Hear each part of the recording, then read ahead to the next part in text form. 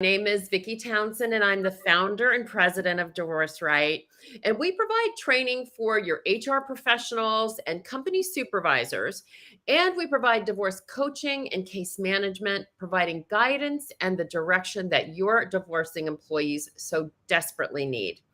As a reminder, we have SHRM credits for SHRM members, and we'll post the link at the end of this broadcast for you to go ahead and grab those. And I want to introduce you to Paulette Rigo.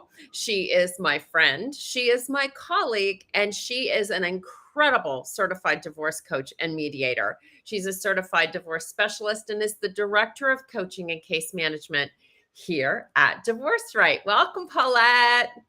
Well, good afternoon, Vicki, and hello, everyone. Happy Thursday. So great to be here and bringing this valuable information to so many people that need it. Well, we're going to be talking about one of our solutions that we have, and this one is for your divorcing employees going through a divorce. It's something that Paulette wrote for us, and it's brilliant. I've read it. I wrote a recommendation for it in the forward, and I'm thrilled to be offering this course to any of your divorcing employees. So let's just start at the top. Paulette, what inspired you to write Plan Right, your Better Divorce Blueprint? And dedicate your life, actually. You've turned your life into helping employees going through the divorce process. I never dreamed I'd do this work. Let me just start by saying that. I was not that person that went to law school and wanted to wear a navy blue suit and, show up in court and understand everything and anything about the law. Not that I was anti the law or court. It just wasn't in my, I don't know, just it wasn't in there. And throughout my own personal 8.5 year fully litigated divorce case experience, I know, yes, I did say that, 8.5 years. And add the what came after that? It was the 4-year appellant process, but the case included a trial, which is very unusual. 97% of divorce cases do not go to trial.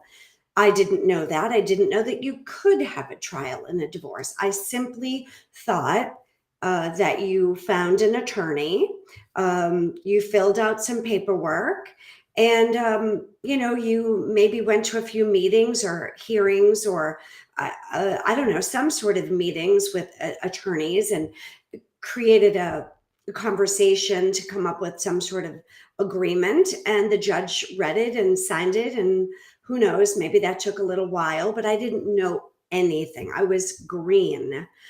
Now, because I had a trial that lasted 12 days, that took place over 9 months, and there was the 4-year appellant court process, my case took forever. It cost a ton of money. It caused me an extreme amount of stress, physically, emotionally, psychologically, spiritually damaging. I felt defeated. I felt broken. I felt trapped and confused. I felt like a failure. I didn't understand why this was happening. Even though I was the one that filed for divorce, you would think I should have done my homework. And I did. I really, truly thought I had, Vicki. I'd done a lot of reading. Now, I think the internet and research has changed and made it a lot more accessible. This was about 15 years ago. So naturally, if you turn back time, things have changed a bit. But, I still did my homework. I consider myself an intelligent woman. I have a degree in journalism, mass communication. I'd always been a successful entrepreneur. I wasn't a slouch. Now, I did not have my law degree, and naturally I think that may have helped, but not really, because it isn't just the law that was the knowledge I needed. So through my own personal experience, that was sort of the impetus for why so many people started to reach out to me, whether it was gossip, reading about it, hearing about it, a word spreads, and I started to get a lot of people through other work that I had done in my life, reaching out to me, asking me for help and guidance. And I didn't feel prepared. I usually said no. And eventually I did call my attorney and said, should I go to law school? And he said, Paulette, you'd be one hell of a litigator. You think like a judge, you act like a lawyer, and you feel like a therapist. And I can still remember him saying that. So it was a culmination of my own experience, external people coming to me for guidance, help. I wouldn't say advice, but really a sounding board where they could, have somebody that could be empathetic and understanding, but also knowledgeable. Because I found that there's so many common errors that I made and many other people make that are similar time and time again. So I started to take copious notes, and I do mean that. I was an excellent note taker as a child, in high school and college, in my career, being in communications. I loved to take notes. So I had all these notebooks, and I started to notice common themes that I saw in my own experience. And I started to hear the language, because there's a lot of acronyms lawyers speak and just terminology that we don't hear in common everyday speak. And then I started to see the common mistakes that other people were making. And I would say internally, oh, I did that too. Oh, I did that too. And I started to create or look for first a book, a course, a study guide, something that not only gave the legal step by step by step by step process, because that's where we want to start. Normally, internally, we think, well, what do I do? And how do I start? And do I need an attorney? How much will it cost? How long will this take? Et cetera, et cetera. It's a long, long list. But then also there's the other aspects of the journey. And so many people trust their spouse to do the right thing. You trust yourself to do the right thing, and that it doesn't always work. So from there, I noticed my notes were getting to be extensive, right? And I started to put it into different buckets before contemplating. Just that feeling of what's wrong, can it be fixed? What do I need to do? Should we go to therapy, counseling, all those other initial questions that you ask yourself at the very beginning. So the beginning is the first three steps or modules or lessons or chapters, or call it what you will, whether you're reading the book or doing the online course. It's broken down in that before aspect. Everything that you really need to understand: your thought process, feeling your feelings, deciding what you want. That's key. Taking responsibility and ownership for yourself, being responsible for the part that you've played in this, all the deal breakers, all the reasons typically why couples do divorce. And there's 21 of them. How you prepare and how you protect yourself, and feeling not so overwhelmed, but having that sense of being organized and researched and prepared. Honoring your values, how to tell the children what not to tell the children, how to decide what method of divorce is right for you, and knowing that there's more than one method.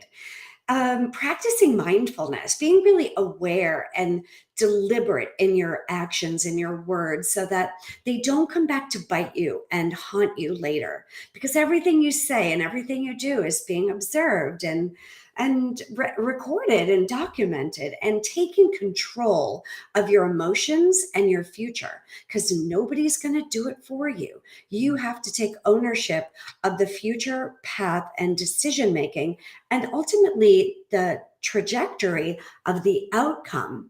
And that doesn't happen by accident. You have to really understand the evidence and documentation. Even if it's not contested, you still have to be able to fill out the domestic relations financial affidavit, known as a DERFA. There's so many acronyms. Gathering all of that, the budget, the lawyers speak, and there's that saying that ignorance is bliss. Well, in divorce, no, that Mm, is not true. no, And it's not. advocate, Okay. who do Come you on. need to advocate for you? And being organized, having a planner, a journal, and a calendar, because it's so easy to go to court the wrong day, show up too early, show up too late, just forget about something. Mhm. Oh, and then so the whole initial stage, and sometimes that can last about 2 years. Now, in your job, imagine how that's going to affect your life, your career, your business. Every aspect of your life is going to be affected. If you don't have your act together and you're losing sleep and you're not eating, or you're sleeping too much and eating too much, or whatever you're doing to cope is not in your best interest, it's going to be the domino effect of every other aspect of your life. It's going to affect your productivity. It's going to affect your income and all the other aspects that you need to have your ducks in a row at work. You need to be a productive, effective, important aspect of your career, regardless of whether you're a school teacher, a nurse, a pilot, a bartender. I'm being very stereotypical here with careers, but whatever executive or employee role you play, for sure, I guarantee you, if you are thinking about divorce, if you are going through divorce or trying to heal from divorce and start to create your next chapter, it will affect your work.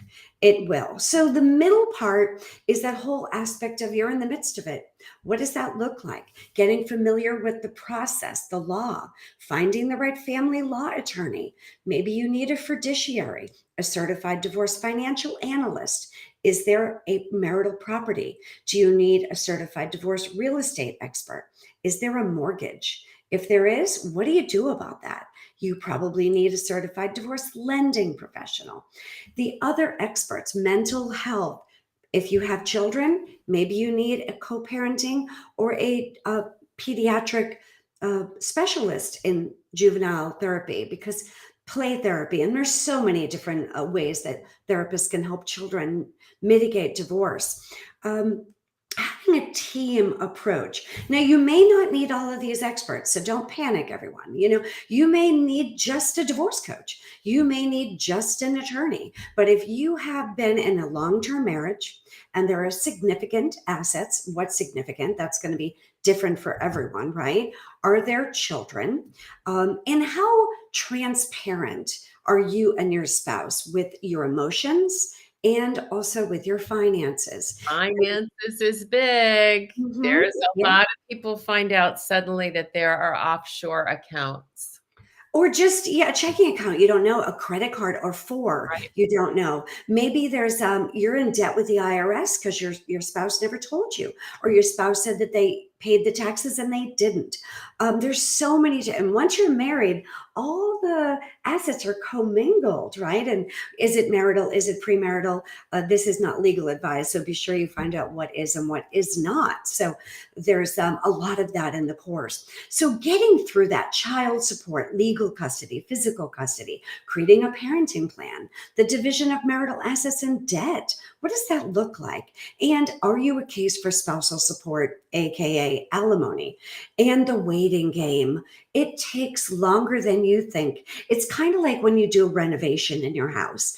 Always add a few more months or a year to it.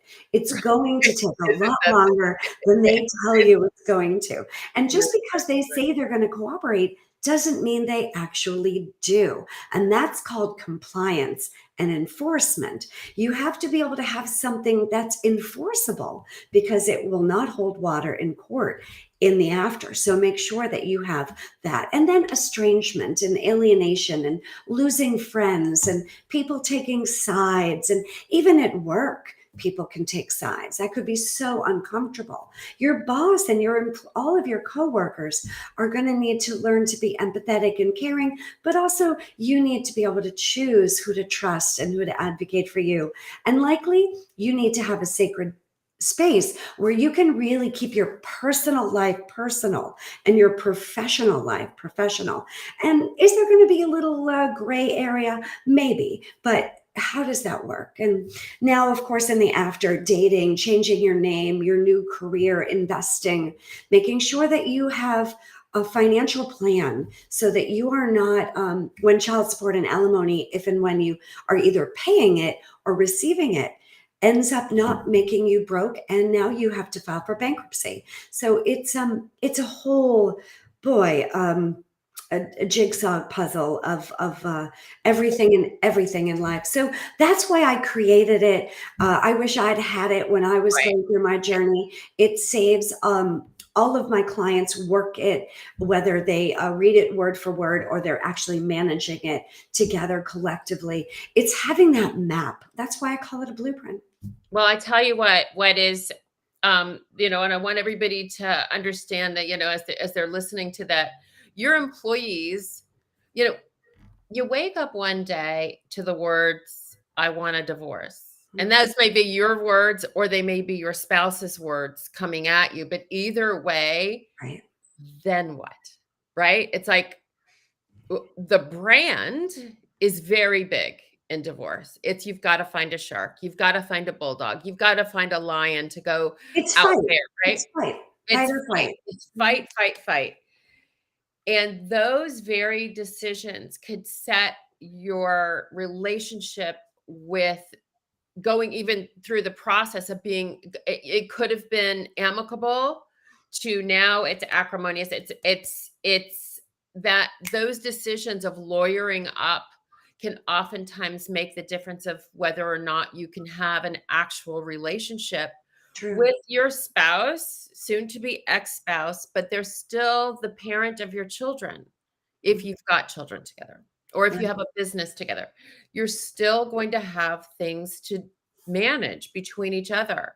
And I will assure you that it is cheaper to not go at each other with, with battle gear on. So, we want to help your employees. If you're listening, we want to help your employees make good decisions. Mhm. And one of the things that Paulette had mentioned was a financial affidavit. My story is that I had a young man knock on my door one day. I opened it. He hands me an envelope that says, "You've been served." I was being held in contempt of court because I could not get through it myself. Every time I touched that document, it was, well, this isn't what I thought my life would be. This Mhm. wasn't the marriage that I thought I was in, right? So getting through it and touching that document was it was like poison to me. It was the exact opposite of what I wanted to do for myself, or my family. So you've got the book and the course. So let's just go through it real quickly for those that are listening. For your employees, it comes in a book, a downloadable book, a Mhm. workbook, a 10 plus hour self-paced video course that they can take, Mhm. and they have access to weekly group coaching calls where they can come on and give us their top 5 things that are keeping them awake at night, right? And we Yes. can again give them that guidance and direction to making better decisions during this process, because it's really in those bad decisions and you hear people just give her everything, just give him everything, right? And that's a just, I get it too, because you're trying to stop the pain, right? But ultimately, that's a different conversation when you're 25 versus when you're 55, Well, right? and people learn different ways, Vicky. Some people need to hold it in their hand, sit down Right. in the morning early before the kids get up, before, and in their own little world, because 2 years is the average amount of time that people contemplate divorce. And if they just found out from their spouse that their spouse wants a divorce, well, you better believe it. They're really in hyper vigilant mode of learning. So they're in a state of really trying to gather as much knowledge and wisdom, hopefully, and education as they can. So some people like to hold it in their hand, print it, get out the highlighter, dog tag it, feel all those kind of, they want to hold it. And other people need to get out the pen and read the question and answer it and think about it, ponder it, let it digest and assimilate and contemplate a lot more so they can really figure out their emotional part of it. And other people are more like, get out the spreadsheet. Let's figure out the numbers. We have to honor that people learn differently. So we need something that's auditory, visual, kinesthetic. People learn different ways. Now, some people are going to use all of them. They're going to do every question, read every word, listen to every module, every video. But some people have to curtail that to what works for them. Other people are going to take their time, which is the beauty of self-paced. Other people want to get that thing done in a weekend, right? So I don't suggest that, everyone, but I've seen it done. Now, once you have that, there's also this feeling of feeling alone. Who to confide in. And that's one of the top mistakes people make, is confiding in the wrong people. A boss, a coworker, a family member may or may not be the appropriate person to confide in. But I will tell you, in the work I do, when I have groups coaching sessions, and I also have a group support group that I host, I let them all know that this is, what do they say? What happens in Vegas stays in Vegas. So what happens in group coaching calls stays in group coaching calls, and they sign, this is not to be shared. No, people can use you can call yourself whatever you want to. It doesn't have to be a real name, and you can be off camera, and you can also submit your questions via email through a type form ahead of time. So there can be anonymity. But even though whether you choose to have that or not, it's a sense of community. You're no longer feeling alone, that you're some sort of, unicorn loser, and that you did something wrong and you're being punished, or you're a bad person. So that's also key, is having that additional place to feel like, oh, wow. And you learn from other people, right? How many times have you learned from other people's mistakes? I know I have, right? So, and you can also share, if the time is appropriate, with guidance, and have that sense of community, so you don't feel so alone. It's very important that you are able to have that. Question for you. So many of us that have been through this process find it overwhelming, stressful, super traumatic. It's a trauma that doesn't end once the divorce decree has been signed and approved by a judge, right? Mm-hmm. It's not, this is, people, it's the second most stressful event in people's life, second only to the death of a family member or spouse. Yes. And the difference between this and that, not to diminish the death of a loved one in any way, but it does have an end, and healing can begin. Yes. You can move forward. And in divorce, it doesn't happen that way. These things, just because it's been signed, does not mean that the issues, particularly around children and money. So can you describe some of the techniques and strategies that you recommend in your book and your course to help employees approach the process so that they can come to work with more focus and clarity and certainty? Because I feel like divorce is just all about just being completely uncertain about which direction to go. Where do I turn? So what do you think are your biggest tips and techniques and strategies that you provide? Well, much of it depends on where in the journey they are, naturally. So if they happen to be the one that is filing or contemplating filing, or they're the one that's asking for the divorce, it's much more of a practical decision of, do they want to, or are they willing to create a settlement agreement that their spouse is likely to accept, receive. I'm not going to say with open arms, but at least entertain a conversation, and to have all that preliminary work done prior to having a conversation at the kitchen table about, hey, honey, I want a divorce. Because now you're not sure, where are we going to live? How are we going to manage the children? How are we going to pay the bills?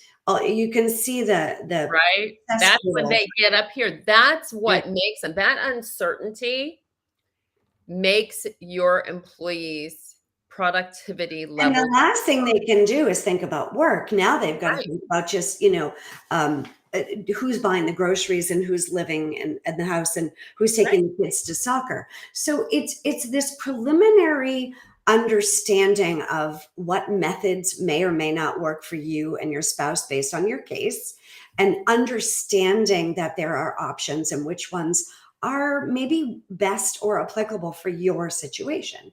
And Right. then what are the categories that the courts are concerned with? So it's really getting that financial, logical, practical picture in a not necessarily anything of formal document. It could just be a conversation, but that initial preparation so that they themselves can not be overwhelmed prior to entertaining a conversation with their spouse is key to having it continue to be uncontested and amicable. As soon as one tiny little aspect of the decision is no longer uh, agreed upon, you go from a uncontested case to a contested case. It's either 100% amicable and, well, uncontested, or it's not. It can't be a little bit uncontested. So, that's why that preliminary knowledge of having somebody that can walk through it and ask you the right questions so that you can say, yeah, I think that's a possibility. We might be able to do that. Or, oh, that's going to be a really hard sell. I don't know if we could do that. And looking at that from a very practical point of view and seeing it from a separate process from the emotional journey, because that is going to require typically some therapy and counseling and experts from a point of view of how congruent are the spouses in their emotional journey. Some people are more verbal and outgoing and are going to be very sad or very angry, more extroverted in their response or their emotions to the conversation. And are they in the dark? Or, what are they? I always ask them at some point, did you see this coming? Or do you think your spouse is aware that you're having these type of feelings? And that may be a whole session right there, right? We don't know. And having that emotional part of it dealt with, addressed, and digested, and really managed wisely without pouring the emotions on the spreadsheet. Because as soon as you dump Yeah. the emotional, mental, psychological stuff on the practical side, it's going to take a lot longer to figure out. And there are those people that are all about just the spreadsheet. What are you talking about? Can't you get over it? What's the big deal? And how challenging will that conversation be based on the demeanor of your partner? And that is really important in the beginning. If it's in the middle, usually it's about learning to manage their attorney well, so they're not getting $6, $8, $10,000 bills every month, because attorneys charge by increments of minutes. They don't just charge hourly. So I know they have an hourly rate, everyone, but and I love attorneys. Some of my best friends are attorneys. I mean that. So, but you've got to learn how to use your attorney wisely, and also get to know all the people in the firm and the paralegals, and make sure you understand how to best manage the divorce case. That is such a key thing for them to learn, because they just don't know that that's something they need to learn. And that's what I love. So as we wrap this up today, what I want HR professionals to understand about what happens when they go through this course, they go from uncertainty to some certainty. And that puts them, there's that presenteeism that we talk about when Mhm. they're sitting at their desk like this, they're thinking about, how am I going to pay my bills? Where are my children going to live? Am I going to still be able to maintain my job? All of those things that make them crazy.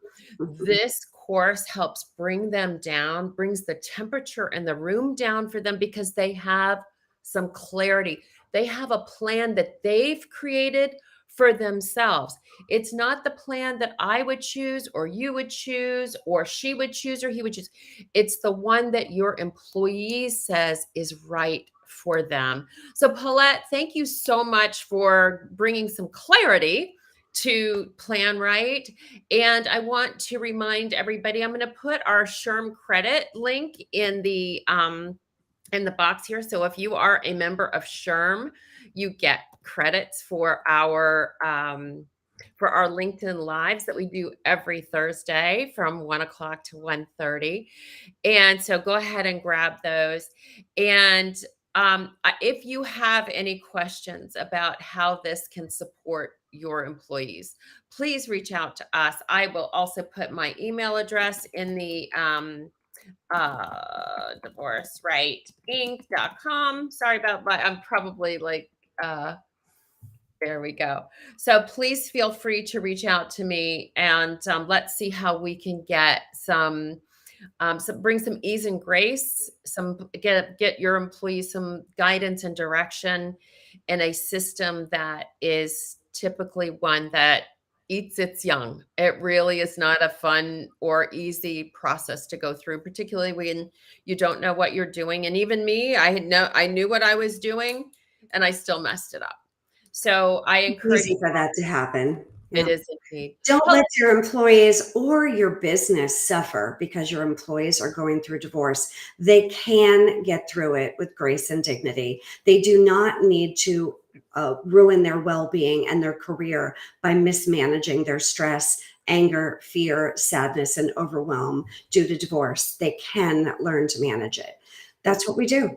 That's it. Well, thank you again. And we will be back next week with another LinkedIn Live where we help your divorcing employees have a better experience so that they can come back to work as a more productive and centered employee. So thank you so much. And we will see you next week. Thank you. Have a great weekend. Bye.